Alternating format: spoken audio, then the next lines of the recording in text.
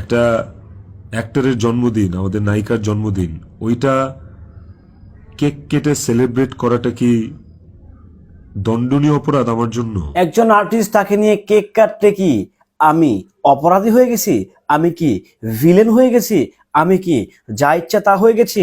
আমি কি তিথির সঙ্গে কেক কাটতে পারি না? আরে বেটা, তুই তিথির সঙ্গে কেক কাট বা বেড শেয়ার কর, তাতে তো আমাদের কিছু যায় আসে না। বাট তুই যে মোমেন্টটা কেক কাটলি, যে মোমেন্টটায় তুই কেক কাটতে গেলি, ঠিক সেই মোমেন্টটাই দুনিয়া থেকে তোর বউ চলে গেছে। নাটক একটু কমায়া কর, তোর নাটক কিন্তু মানুষ বুঝে গেছে, তোর বদমাইশি কিন্তু দর্শক ধরে ফেলছে, তুই যে কোন লেভেলের খোর সেটাও কিন্তু মানুষ জেনে গেছে। সো নতুন করে আর জানাইস না, জাতি কিংবা জনগণ তোকে কিন্তু খুঁজতেছে মনে মনে। হ্যালো এভরিওয়ান, আসসালামু আলাইকুম। শিমুল আছে আপনাদের সঙ্গে। নেপালের কেক কাটা নিয়ে অবশেষে মুখ খোলেন আমাদের জাহের আলভী। অনেক লম্বা ভিডিও ছিল, আসলে আমি কথা বলতে পারি না এটা নিয়ে।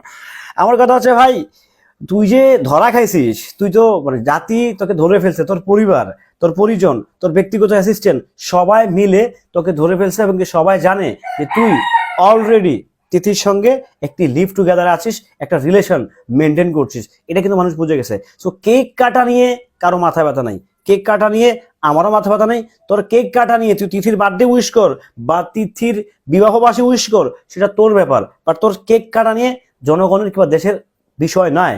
মাথা ব্যথার ইস্যু ছিল এটাই যে তোর বউ দেশে লাশ হয়ে পড়ে আছে, সেখানে তুই নেপালে কেক কাটতেছিস। তো এখানে দোষের আর অদোষের কিছু তো নাই। এখানে তোরা খুব প্রি প্ল্যান্ডলি কাজটা করছিস, প্রি প্ল্যান্ডলি কাজটা করছিস। কেক কাটলি কি আর না কাট, তোদের কেক কাটা নিয়ে কি কারো কোনো কমপ্লেন আছে? তোরা কেন কেক কাটলি, কেন একসাথে গেট টুগেদার করতেছিস, কেন নেপালে তোরা হচ্ছে মিউজিক ভিডিও করতেছিস, কেন তোরা নাটকের শুটিং করতে গেছিস? একটা নাটকের বাজেট কয় টাকা হয়? ও আলবি যে ক্যাটাগরির নাটকগুলো করে কয় টাকা বাজেট হয়? 10 লাখ 15 লাখ টাকা বাজেট হয়। সো 15 লাখ টাকা বাজেটের মধ্যে প্রায় 10-12 জন কেবিন ক্রু নিয়ে, মানে 10-12 জন হচ্ছে শুটিং ইউনিটের লুক নিয়ে, ক্যামেরা নিয়ে নেপাল গিয়ে শুটিং করে আসা ইজ কোয়াইটলি ইম্পসিবল। নেপাল খুব এক্সপেন্সিভ শুটিং এর জন্য, এটা আমরা বুঝি। নেপালে বেশ কয়েকবার আমার যাওয়া হয়েছে শুটিং পারপাসেই, বিভিন্ন সিনেমার।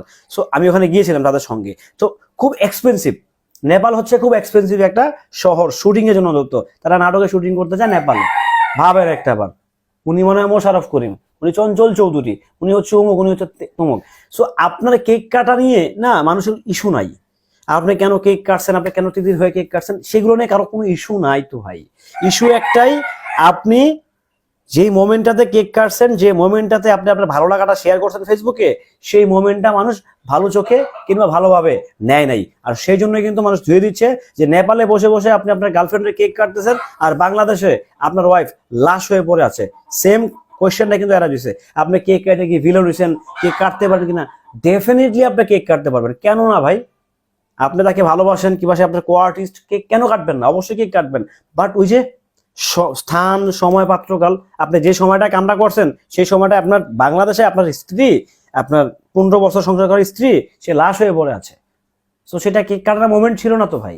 এটা কি আগে ছিল? তাহলে আগের ভিডিও নতুন করে কেন সেই দিনই পাবলিশ করতে হলো কেন? Why why? নাটক আমরা বুঝি, ঠিক আছে, নাটক করার কিছু নাই। সো কেক কাটতেই পারেন, আপনি কেক কাটেন, বেড শেয়ার করেন, যেটা ভালো লাগে করেন না ভাই, এটা তো সমস্যা নাই। বাট টাইমটা তো বুঝতে হবে, টাইমিংটা তো বুঝতে হবে না। যাই হোক, ভালো থাকবেন সবাই, সুস্থ থাকবেন।